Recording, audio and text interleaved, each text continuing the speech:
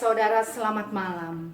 Sebelum mengakhiri hari ini, sebelum kita beristirahat dari segala lelah kita sepanjang hari ini, marilah kita bersama merenungkan bagian firman Tuhan sebagaimana tertulis di dalam Yesaya pasal 61 sesuai dengan bacaan gereja hari ini.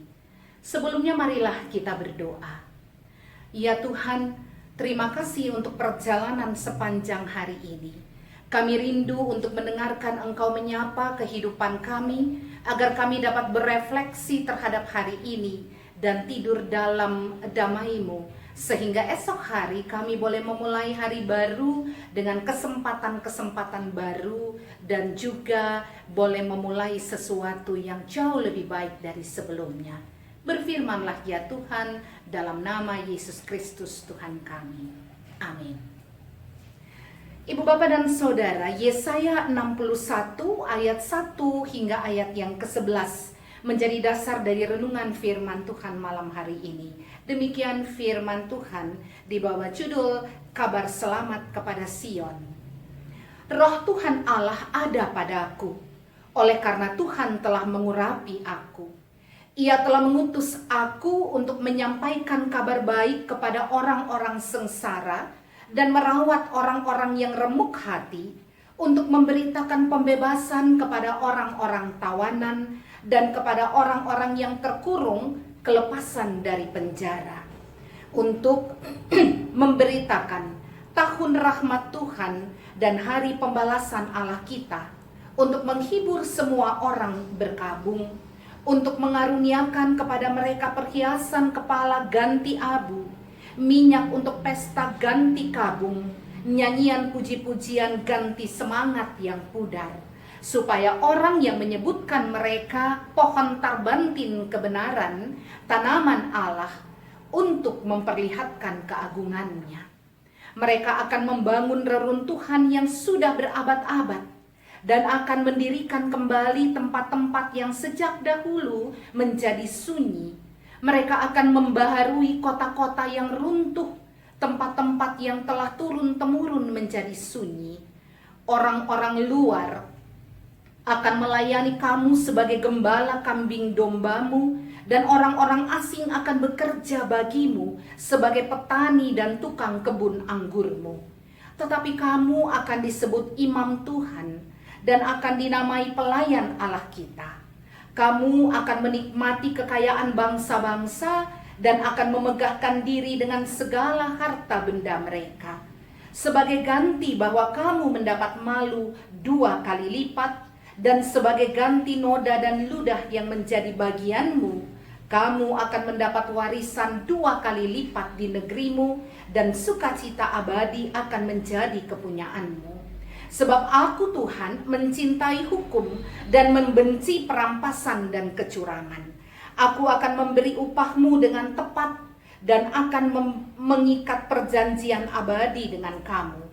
Keturunanmu akan terkenal di antara bangsa-bangsa, dan anak cucumu di tengah-tengah suku bangsa, sehingga semua orang yang melihat mereka akan mengakui bahwa mereka adalah keturunan yang diberkati Tuhan.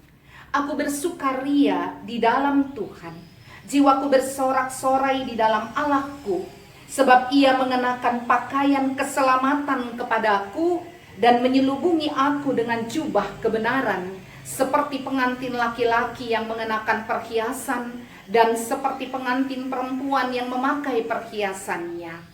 Sebab seperti bumi memancarkan tumbuh-tumbuhan, dan seperti kebun menumbuhkan benih yang ditaburkan, demikianlah Tuhan Allah akan menumbuhkan kebenaran dan puji-pujian di depan semua bangsa-bangsa. Demikian pembacaan Alkitab. Bagi setiap kita yang membaca, merenungkan, mengerti, dan melakukan firman Tuhan ini, maka kita disebut sangat berbahagia. Ibu bapak dan saudara kekasih Tuhan, saya Pendeta Nancy Nisakti Rehata, Ketua Majelis Jemaat GPIB Jemaat Jurangmangu, Tangerang Selatan. Nah, Bapak Ibu Saudara, mengapa kalau ada masalah, manusia itu cenderung berpikir negatif? ya. Ketika kita ada persoalan, kita segera berpikir, kenapa begini? Apa yang salah? Jangan-jangan ini karena si A, ini karena si B, ini karena itu, ini karena ini. Jadi bukan hanya berpikir negatif tentang situasi, tapi kita bahkan berpikir negatif tentang orang lain. Dan kadangkala pikiran negatif tentang orang lain itu belum tentu kebenarannya. Hanya prediksi, asumsi, atau perkiraan kita semata. Dan Bapak Ibu Saudara, kenapa itu terjadi? Kenapa kita sering berpikir negatif? Karena ini menjadi pengaman untuk kita. Sebagai sebuah ungkapan bahwa ini bukan salah saya. Ini terjadi bukan karena saya. Jadi kita membangun perspektif buruk tentang orang lain atau tentang situasi dalam rangka melindungi diri kita. Dan itu sangat tidak baik. Ini yang tidak diinginkan Bapak Ibu Saudara terjadi dalam kehidupan umat Israel. Itu sebabnya Allah mengutus Yesaya untuk berbicara kepada umat yang sedang sangat terpuruk di pembuangan, yang merasa bahwa mereka dengan sengaja dijauhkan Allah dari dirinya. Dengan sengaja Allah mengizinkan mereka dibuang ke pembuangan dalam keterpurukan mereka. Dalam Yesaya 61 ini, Yesaya mengajak umat untuk tetap memiliki pengharapan. Yesaya mengatakan beberapa hal dalam perikop kita. Pertama, umat akan dibangkitkan kembali menuju sebuah keagungan baru di dalam Tuhan. Mereka akan dibangkitkan kembali. Semangat mereka akan dipulihkan kembali oleh Tuhan. Umat akan makmur kehidupannya melebihi kemakmuran sebelumnya. Umat akan mengalami pembebasan, bukan hanya secara fisik, tetapi pikiran, mental mereka, spiritualitas mereka akan dibebaskan oleh Allah. Dan umat akan dihormati serta dihargai. Dalam perikop kita ini, Yesaya mengatakan ada bagaimana proses pembaruan itu, akan ada sebuah era baru yang diciptakan oleh Allah. Akan ada sebuah masa yang baru di mana umat akan menjalani kehidupan yang berbeda dari sebelumnya. Ayat 6 dari pembacaan kita mengatakan, kamu akan disebut sebagai imam Tuhan dan dinamai pelayan Tuhan. Era baru ini ketika disebut sebagai imam Tuhan dan pelayan Tuhan, sebenarnya mau mengatakan bahwa hidup melayani Tuhan itu akan menjadi bagian dari kehidupan orang-orang di era baru tersebut. Kenapa melayani Tuhan? Karena kita sudah menjadi anak-anak Tuhan. Era lama itu ada di belakang kita. Kita masuk dalam era baru di mana fokus kehidupan kita adalah Tuhan. Sehingga kemanapun kita pergi, kita adalah anak-anak Tuhan. Karakter ilahi harus tergambar pada diri kita. Bukan seperti sebelumnya, ikut mau kita sendiri. Tetapi sekarang bertanya, apa yang Tuhan kehendaki? Pikiran negatif itu akan hilang kalau kita selalu berpikir dengan mata Tuhan dan pikiran Tuhan. Membawa persoalan kita di dalam lintasan kuasa Tuhan. Kita harus mengikuti pola Tuhan, menjadi teladan bagi banyak orang. Sehingga kata Yesaya dalam perikop kita, bangsa-bangsa lain akan mengakui kita sebagai keturunan yang diberkati Tuhan. Jadi karena melihat pola hidup kita, orang lain mengatakan bahwa kita ini berbeda dari mereka. Karena kita diberkati Tuhan. Kita menjadi orang-orang yang punya karakter berbeda dari sebelumnya. Dari orang-orang sebelumnya. Jadi, Bapak, Ibu, dan Saudara, dalam era baru ini, kualitas anak-anak Tuhan harus tergambar. Saudara dan saya tidak hidup lagi dalam era perjanjian lama, tapi kita hidup dalam era perjanjian baru. Bagaimana saudara hari ini? Apakah hari ini saudara berjumpa dengan orang yang menyakitkan hati saudara? Apakah hari ini ada pertengkaran yang saudara hadapi? Apakah hari ini ada masalah di tempat pekerjaan? Apakah hari ini ada konflik dengan orang tua, suami istri, atau dengan anak-anak saudara? Apakah hari ini ada rasa kalah, kecewa, dan tidak berharga, rasa tidak berharga yang saudara alami? Sebagai manusia baru yang sudah hidup dalam era baru Allah, yaitu era keselamatan, mari kita hidup dengan pikiran yang positif, pikiran Kristus. Pertama, mari kita jaga kualitas kehidupan kita.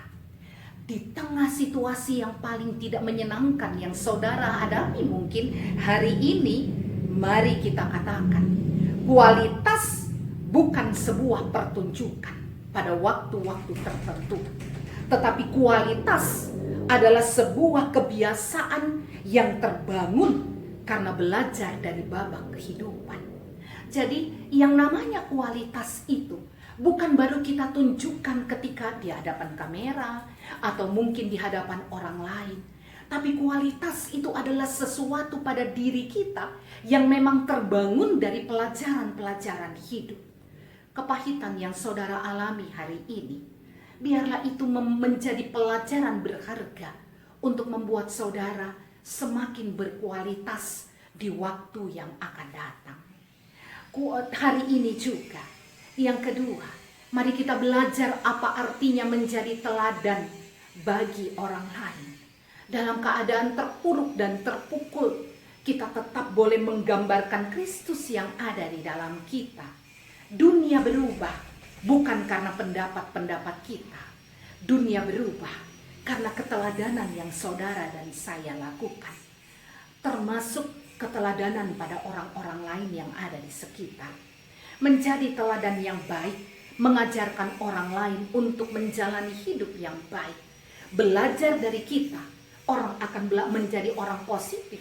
Dia saja bisa positif berpikir di tengah persoalan yang begitu berat. Saya juga harus bisa. Mestinya kalimat seperti itu keluar dari mulut orang lain. Dia saja menghadapi konflik berat dalam kehidupan rumah tangganya, tapi dia tetap bisa menjaga keutuhan rumah tangganya. Biarlah kata-kata yang seperti itu menjadi pelajaran berharga bagi orang lain, sehingga mereka diberkati.